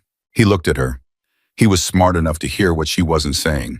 He was also smart enough to understand that the thing she wasn't saying was being withheld for reasons he was better off not knowing right now, which was itself information about the shape of what was happening. Understood, he said. He stood to leave. He paused at the door in the same way people had been pausing at her door all day, the hesitation of someone with one more thing and uncertainty about whether to say it. Thorne, he said, Davis. When I was in Bagram before this assignment, I heard something about a review being conducted of high-value targeting operations in the Kunar corridor, specifically reviewing the methodology behind how certain targets were selected and who authorized the selection. He kept his eyes forward, not looking at her. I heard that review was producing findings that certain people found inconvenient. I didn't think it was relevant at the time. A pause. I think it might be relevant now. He walked out. She sat in the aftermath of that sentence for a very long time. The specific quality of it, the piece of information volunteered at the last moment by someone who has been holding it and just realized what it connects to, settled into her understanding of the larger shape of things. A review of high-value targeting operations. Findings that certain people found inconvenient. And in the middle of that review, an operation in Kunar province sends the one operator who has been asking questions about targeting methodology into a fortified kill zone based on falsified intelligence. The picture was not complete, but it was complete enough. She reached for the document Blackwood had left. She opened it. She read the original asset report for the third time this time, not for the information it contained, but for what its existence meant, what it said about the person who had decided to falsify it, and about the person who had kept the original, and about the dead analyst who had processed the raw data and was now being called a cardiac event at 28 years old. 1641 hours. Dr. Osei came in for afternoon rounds with her clipboard and the expression of someone who has received unexpected results and is recalibrating her timeline. The internal bleeding has slowed significantly, she said, more than I projected. She looked up from the clipboard. How much pain are you in, manageable? That's not a number. 4, Cortana said, out of 10. Yesterday morning you were an 8. What changed? I started eating Sergeant Okafor's rice, she said. Dr. Osei looked at the empty food container on the bedside table with the expression of a physician discovering that her patient has been receiving unauthorized nutritional support from the commissary and making the clinical decision that the nutritional data outweighs the protocol concern. 13 weeks, Dr. Osei said. Cortana looked at her. What? You said 14. I said 16. You countered 14. Based on these numbers, she tapped the clipboard. I'm revising to 13 if you maintain this trajectory. She closed the clipboard, which means I was wrong about the timeline. You weren't wrong, Cortana said. You were working with incomplete data. Dr. Osei looked at her. Is there a meaning behind that statement beyond the medical context? Not one I'm prepared to discuss yet. The doctor held her gaze for a moment. Then she nodded and left because Dr. Rachel Osei had been working in a forward operating base long enough to know the difference between the things she needed to know and the things she needed to let be. 1803 hours. The message came through the base network at 6 minutes past 6 in the evening, routed to the tablet on her bedside table from Blackwood's command channel. It was 9 words. It said Harlan submitted his preliminary report 2 hours ago. She waited. 3 minutes later, a second message arrived. This one was longer. The report concludes that the intelligence failure was a product of human terrain data limitations compounded by operational overconfidence in mission lead. Recommends procedural review of briefing standards. No personnel action recommended. Then he buried it. Complete burial. No mention of the original asset report. No mention of discrepancies.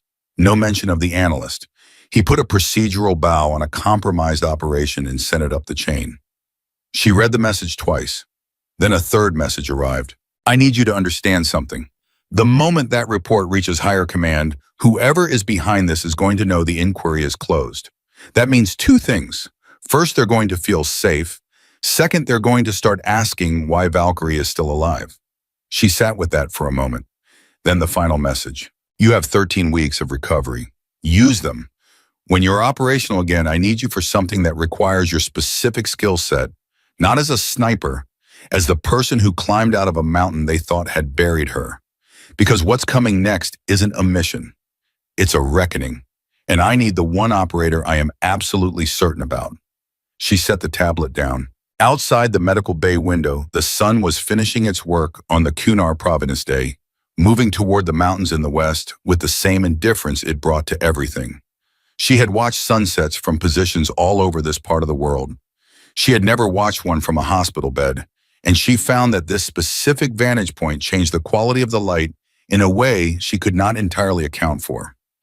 They had tried to bury her. They had a report that said the operation was a procedural failure. They had a KIA designation that had been quietly corrected in the base records. They had an analyst who would be entered in the records as a cardiac event. They had a narrative clean and complete and designed to move past the question without answering it. And they had Valkyrie, still on the board, in Shen.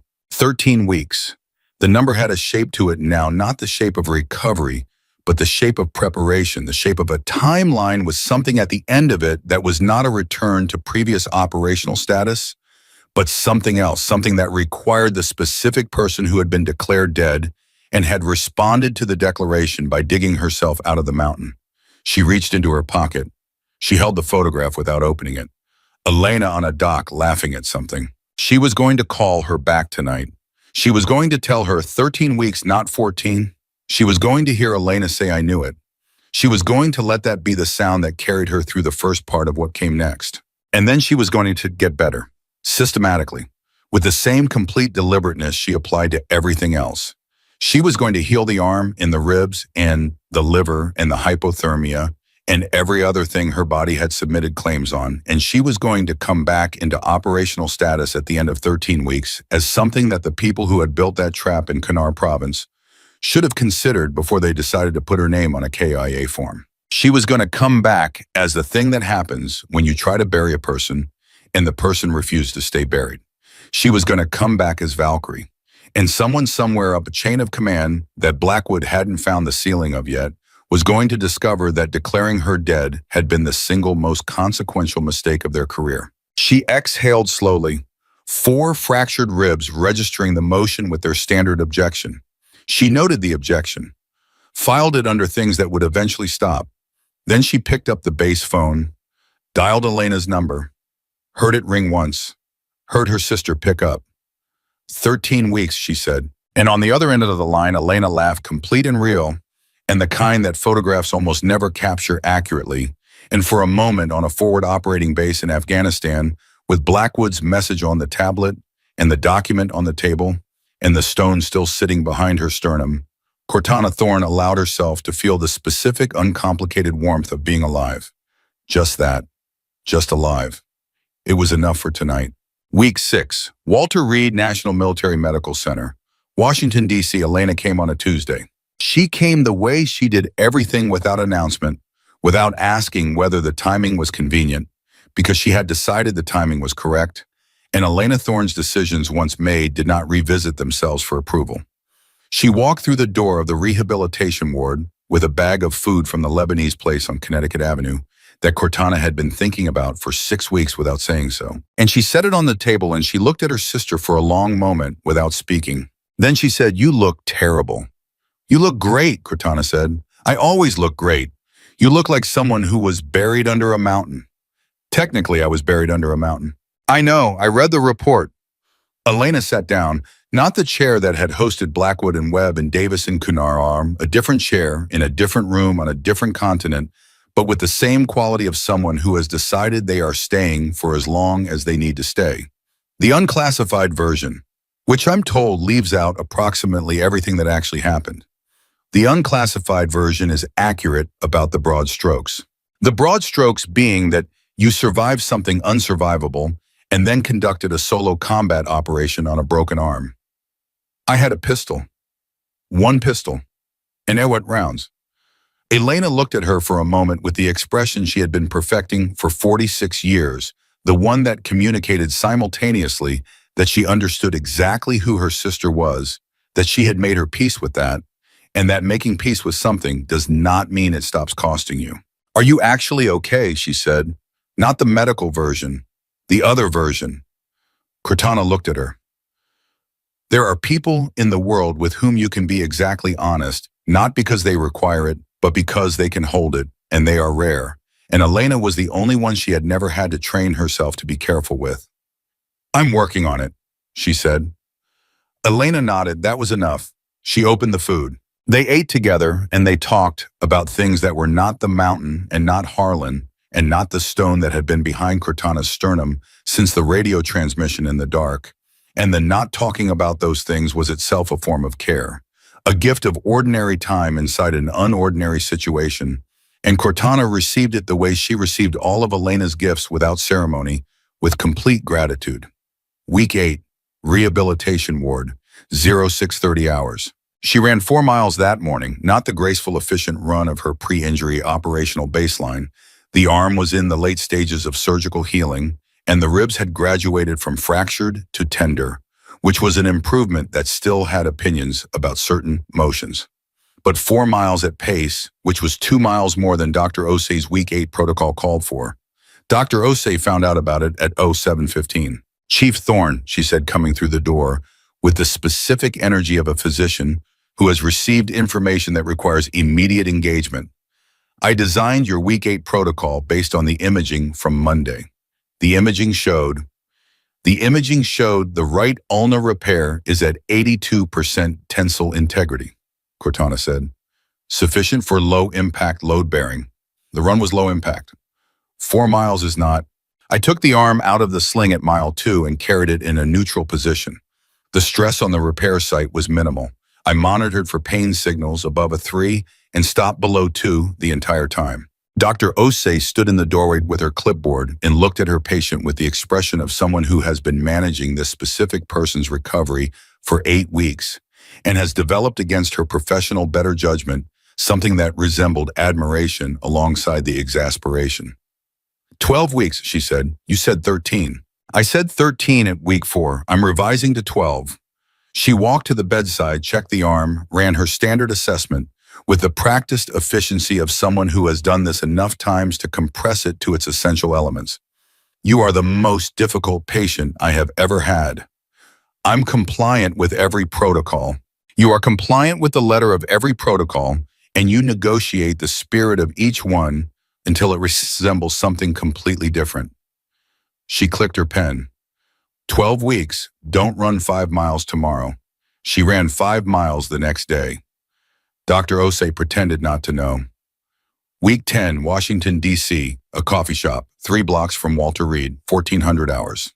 Blackwood had requested the meeting off base, which told her the meeting was not officially happening. He was already there when she arrived in civilian clothes at a corner table with his back to the wall, in the way that people who have spent their professional lives in threat environments sit in civilian spaces habitually without thinking about it the way other people habitually choose the seat with the best view. He had two coffees on the table. He pushed one toward her when she sat. "You look operational," he said. "I'm getting there." She looked at him. In 10 weeks, something had changed in his face, not aged exactly, but settled into a configuration that suggested the weight he had been carrying when he came to her bedside in Kunar had not decreased. It had simply become more familiar. "Tell me where we are." He wrapped his hands around his coffee. "Harlan's inquiry report was accepted at command level 6 weeks ago. Filed, closed, archived. The procedural review he recommended is being conducted by a working group that he is a member of." He paused. "The working group's preliminary findings were submitted last week. They recommend no changes to current intelligence verification protocols." "So he investigated the investigation and cleared the investigation," she said. "Efficiently," Blackwood said. "Whoever is running him knows what they're doing." The targeting operations review that Davis mentioned, the one that was producing inconvenient findings, what happened to it? Blackwood was quiet for a moment. "The review lead, a Colonel James Whitfield, requested early retirement 6 weeks ago. Approved immediately, the review has been reassigned to a new lead who has so far produced no findings." She absorbed it. The shape of it was clear now. Not all the details, not the ceiling, not every connection in the chain, but the shape, the pattern of a systematic effort to close every door that was opening onto something someone needed to stay closed. "Who benefits?" she said, not a question. Quoting Rashid back to herself. "The targeting operations in Kunar over the last 3 years have been authorizing strikes against targets that overlap with certain regional narcotics trafficking networks," Blackwood said carefully. "Networks that have in some cases been providing intelligence to our side in exchange for operational latitude." He paused. Whitfield's review was finding evidence that the intelligence for latitude arrangement had been managed by specific officers at a level that would constitute criminal conduct under UCMJ. She looked at him. Someone was protecting the networks. Someone was managing a relationship that started as operational pragmatism and became something else over time. His jaw tightened. And when Whitfield's review started naming names, the names started making problems go away. Whitfield goes. The analyst goes. And Valkyrie, he stopped. "Valkyrie goes," she said. "Except Valkyrie didn't go." He looked at her steadily, "Which is a problem for them. Because you're the only person with direct combat experience of the Kunar operation who is not inside the inquiry process and not manageable through institutional channels. You're outside the machine." "Because they declared me dead," she said. "And the correction to a KIA designation doesn't generate the same institutional attention as a living officer with questions. You exist in a gap," he said, "between the official record and the actual record. Right now, that gap is where I need you to operate." She looked at him. "What do you have?" He reached into his jacket and placed a drive on the table. Small, unmarked, the kind that doesn't announce itself. The original asset report, communications metadata showing the modification timestamps and the user credentials that made the changes. A pattern analysis across 7 Kunar operations over 3 years, showing consistent intelligence degradation in operations that would have disrupted the protected networks. He paused. "And one more thing." "What?" "Rashid has made contact again," Blackwood said. "Not through a radio transmission. Through an intermediary, a request for a channel." She sat completely still. "Rashid wants to talk." "Rashid wants to talk to you specifically." He met her eyes. "He said through the intermediary, tell Valkyrie that I gave her accurate information once and it cost me an alliance I had spent 4 years building. I would like to discuss the return on that investment." The coffee shop was quiet around them. Normal people having normal conversations about normal things, and in the corner, 2 people in civilian clothes were discussing the geometry of something that had started on a mountain ridge in Afghanistan and had grown in 10 weeks into something that had architecture and momentum and a ceiling that was still unclear. "He turned on his own network and warned me," she said slowly. "That's one interpretation. What's yours?" Blackwood considered. "My interpretation is that Rashid is not a simple actor. He's been operational for 11 years without capture. He understands that the people protecting the networks in Kunar are also competitors for regional influence. He gave you information that was accurate because accurate information served his interests." He paused. "Which doesn't make it less accurate." She thought about the radio transmission, the deliberate English. The calm in his voice that she had read as enemy confidence and now understood was something more complicated, the calm of a man who had made a calculated decision and was narrating it to the person he had made it in favor of. If he has evidence, she said, if he has evidence that corroborates what's on this drive, Blackwood said, then we have something that cannot be managed by retiring a review lead or archiving an asset report. He looked at her. We have something that goes to the Inspector General and doesn't stop. She picked up the drive, held it. The weight of it was nothing, a few grams of plastic and memory. The weight of what was on it was something else entirely. Who else knows about this? She said. Webb, he said. I brought him in 2 weeks ago. He'd been digging on his own, and he was about to dig somewhere visible, so I read him in before he tripped something. She almost smiled. Of course Webb had been digging. Webb, who did everything directly and without excessive prelude, who had been sitting in a chair in a medical bay asking the right questions and being told to wait, and who had decided that waiting had a limit. Anyone else? Davis, he came to me with the Whitfield information. He'd been carrying it since your conversation in the medical bay, and he decided carrying it alone was worse than the alternative. Blackwood paused. And one person outside this chain. She waited. Elena, he said. She looked at him sharply. She called me, he said, 3 weeks ago. She said, I'm a professor of international law, and my sister was nearly killed, and I have spent the last 5 weeks reading every public document that touches the legal framework for intelligence sharing arrangements in conflict zones, and I would like to talk to you. He paused. She's not wrong about the legal framework, Thorne. If this goes where I think it goes, we're going to need someone who understands the law around command responsibility for intelligence manipulation. She sat back. Elena called you. She's very direct, he said. She's exactly as direct as I am. Yes, he said. I noticed that. Something crossed his face that was almost humor in a situation that had very little of it. She also said to tell you that she is not fragile and she is tired of being kept in the outline of things when she is entirely capable of being in the actual things. Cortana was quiet for a moment. Elena, who called every Sunday. Elena, who came in week 6 with Lebanese food and sat and ate and didn't ask about the things that didn't need asking yet. Elena, who had apparently spent 5 weeks building a parallel legal analysis of everything Cortana had been building from the operational side. Her sister, who was also, it turned out, the person she had needed all along. Week 11, Walter Reed, 1900 hours. Webb came that evening with the specific energy of someone who has been waiting 11 weeks to be in the same room as his commanding officer for a conversation that isn't being managed through carefully worded messages. He sat down. He looked at her. He said, I'm sorry I didn't wait. You shouldn't have had to wait, she said. I should have read you in sooner.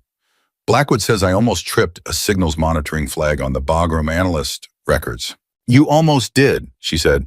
2 days before he brought you in, you searched a document path that was being watched. She paused. How did you know to look there? Because the analyst died and nobody asked why, Webb said. And when nobody asks why, that tells you who has the authority to make nobody ask why. And when you know who has that authority, you know what records they'd have the access to manage. He shrugged. It's not complicated logic.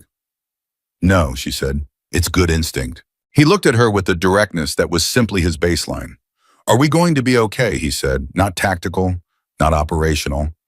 Just the question a person asks when they have been in something difficult for long enough that they need to hear an honest answer from the person they trust most in the situation. She thought about it. The real answer, not the efficient one. I don't know, she said. What we have is good. The drive, the metadata, the pattern analysis across 7 operations, that's substantial. If Rashid's information corroborates it, it becomes something that can't be buried. She paused. But the people we're dealing with have already killed someone to protect this. They tried to kill me. They're not going to receive a report and resign. So it's going to be hard, he said. It's going to be hard, she confirmed. He nodded. Okay, he said. Hard is something I know how to do. She looked at him. 26 years old, 8 years of service in the eyes of someone who has made a decision about what kind of person they are and is no longer asking the question. Yes, she said, you do. Week 12, Walter Reed. Dr. O.C.'s office, 0900 hours. The clearance came on a Wednesday morning, delivered with the specific quality of a physician who has tracked a recovery that exceeded her projections at nearly every checkpoint and has the clinical honesty to say so. Full operational clearance, Dr. Osei said, effective immediately. She set the form on the desk between them. The arm is at 97%. The ribs are fully healed. The liver laceration resolved completely at week 9. She paused. Your baseline physical metrics this morning are above your pre-injury recorded levels in 3 categories. Which 3? Grip strength, cardiovascular recovery rate, and reaction time. She looked up from the form. I have no medical explanation for the reaction time improvement. I've been running drills, Cortana said, with your non-dominant hand for 12 weeks. Dr. Osei held her gaze. You trained your left hand to compensate while your right healed, and in doing so, you improved your overall baseline. The mountain gave me time, she said. Dr. Osei was quiet for a moment. I've been doing this for 14 years, she said. I have never cleared a patient who came to me the way you came to me and produced these results. She pushed the form across the desk. Whatever you're going to do next, be careful with this body. It did something remarkable, and it deserves to be treated accordingly. Cortana picked up the form. Thank you, doctor. Thanks, Sergeant Okafor, Dr. Osei said. I'm fairly certain the rice was a significant factor. Week 12, day of clearance, 1600 hours. A secure room 2 blocks from the Pentagon. Blackwood had arranged the room the way he arranged everything, quietly, completely, with no footprint that could be traced back to anything official. The 4 of them sat around a table that had seen cleaner purposes: Blackwood, Webb, Elena, and Cortana. The drive was in the center of the table. A laptop beside it displayed the full analysis: 7 operations, the timeline of modifications, the user credentials, the pattern. Elena had a legal pad covered in her precise, angular handwriting. She had been in this room for 40 minutes before anyone else arrived, which was very Elena. Always there first, always already knowing more than she had announced. The legal framework is clear, Elena said without preamble, because preamble was not in her operating mode either. Intelligence manipulation resulting in operational casualties constitutes conduct unbecoming and potentially dereliction of duty under Articles 88 and 92 of the UCMJ. If we can establish command knowledge, meaning that whoever is above Harlan in this chain knew what the modified package would produce, we can argue Article 133. She paused. The challenge is command knowledge. The drive establishes the modification in the pattern. It does not by itself establish that anyone above Harlan directed or knew. Rashid A. Blackwood said, Rashid's communication to me on the mountain included specific knowledge of the operation structure, Cortana said. Call signs, timing, the framing of someone inside the chain who wanted to see the result. She looked at Elena. If he can provide the channel through which he received that operational intelligence, then we have the upward connection, Elena said. The line from whoever gave Rashid the intelligence to whoever gave the instruction to give it. She tapped her pad. That is the ceiling. That is the name. The room was quiet for a moment. Webb said, when does Rashid's contact happen? Blackwood looked at Cortana. When Valkyrie is cleared and ready. That was his condition. He said he would only confirm the channel to you directly. He said, he paused. He said she is the only one whose survival is proof that the information was used correctly. Cortana thought about a man who had built a trap for her and then warned her about the trap, who had let her team leave and then put information in her head that he knew she would file and eventually use. The architecture of that, the long calculation of it, the playing of multiple sides with the specific patience of someone who thinks in years rather than missions was something she could not call admirable and could not entirely call monstrous. It was something else, something that existed in the complicated territory between those two designations, which was a territory she had some personal experience of. When she said, tomorrow, Blackwood said, if you're cleared, she put Dr. Osei's form on the table beside the drive. He looked at it, read it, looked at her. 12 weeks, he said. 12 weeks, she confirmed. Webb looked at the form, at her. He said nothing, but the set of his jaw said the thing that had no short translation. The specific wordless acknowledgement of someone who has watched a person be declared dead and come back from it and is still 12 weeks later, affected by the fact of it in a way that has not diminished with familiarity. Elena reached across the table and put her hand over Cortana's for exactly 3 seconds. Precise, complete, and then withdrawn, not because the feeling behind it was small, but because Elena understood that her sister did not need it held, just acknowledged. 3 seconds was exactly right. The next morning, 800 hours, location classified. The intermediary brought them to a building that was not remarkable in any way that mattered, and in a room inside that building that was not remarkable in any way that mattered either. Cortana Thorne sat across a table from Khalid Rashid for the first time in any room that was not a target package or a scope. He was smaller than the file suggested. They usually were. The architecture of a person that intelligence documents build tends to exceed the physical reality because documents work in significance and significance does not have a height. He looked at her for a moment. She looked at him. Then he said in the calm, deliberate English that she had last heard through a damaged radio on a mountain in a storm, "You climbed out of my mountain. Your mortar crew put me in it," she said. "My mortar crew was following instructions, as was I for a period of time." He laced his fingers together on the table. "And then I received information about who had provided your operations details to me, and I understood that I was being used as a mechanism in a conflict I had not agreed to participate in." "Who gave you the operational details?" He looked at her steadily. "A man named Brigadier General Scott Harker, Defense Intelligence Agency. He has been managing the network arrangement in Kunar for 6 years. He was managing Harlan as a cutout. He provided me with your operations structure because he needed Valkyrie removed before the targeting review produced its findings." He paused. "Because you were going to be assigned to validate Whitfield's findings. That was the next assignment in your pipeline." Harker knew. The name landed in the room the way certain names land, not loudly, but with a weight that immediately rearranges everything around it. Brigadier General Scott Harker. A name with rank and access and 4 verified layers of intelligence authority and the specific institutional protection of a person who has made themselves indispensable to an arrangement that too many people benefit from. "Can you prove the contact?" Cortana said. Rashid reached into his jacket. He placed a device on the table. Every communication, every instruction, every operational detail he provided in the timestamp of provision. He paused. "I kept records because I am not a man who enters arrangements without insurance, and because when I understood what he had used me to attempt." He stopped. Something crossed his face that she would spend a long time afterward trying to accurately describe. Not guilt, not conscience exactly. The specific expression of a man who has a code however different from hers and has discovered that someone used him to violate it. "I do not make war on women who are buried alive," he said. "That is not my war." She looked at him for a long moment. The man across the table from her had ordered attacks that had killed people she knew, had built a kill zone that had put Kim in surgery and put her under 40 meters of rock, was not someone she could call an ally or a partner or anything that shared space with those words, and had just handed her the name that ended this. She picked up the device. "This conversation didn't happen," she said. "Agreed," he said. She stood. He stood.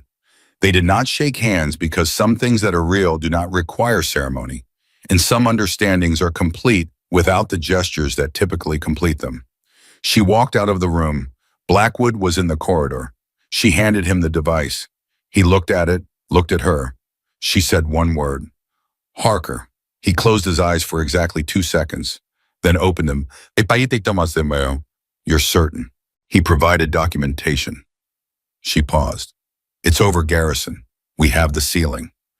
He stood with the device in his hand and she watched him absorb it, the specific way a person absorbs the completion of something they have been building for 3 months, that began with a mountain collapse and a KYA designation and a decision to pull a copy of an original asset report before the archive process finished. "Inspector General today," he said. Today, she agreed. Webb was waiting at the building's exit. He read their faces the way he read everything, quickly, completely, without requiring explanation. "We have it," he said. "We have it," she said. He exhaled. One breath long and complete, the kind that people take when they have been holding something at a controlled level for a very long time and have just been given permission to put it down. Then what happens now? She thought about Harker, about Harlan, about the analyst who was 28 years old and was being called a cardiac event in a record somewhere, About Kim, who had walked out of Walter Reed 6 weeks ago on his own legs and had called her the day he got home and said nothing for a moment and then said, "I heard what you did on that mountain and I just wanted you to know that I know." About Davis, who had typed his operational report with complete accuracy and given it to an inquiry he knew was compromised because she had told him to and he had trusted her. About Dr. Osei revising the timeline to 12 weeks. About Elena putting her hand on hers for 3 seconds and then withdrawing it. About a ridge that had collapsed and a finger that had moved and a decision that had been made in total darkness beneath 40 meters of rock. Now, she said, we make sure that declaring someone KIA is the last mistake Scott Harker ever makes in uniform. She walked out into the morning. Webb fell into step beside her. Behind them, Blackwood was already on his phone, his voice low and precise, and moving the pieces that needed to be moved. The sky over Washington was unremarkable. Not the sky over Kunar province, not the sky above a storm that had tried to swallow a ridge and the person on it. Just sky, ordinary American, neither threatening nor promising anything in particular.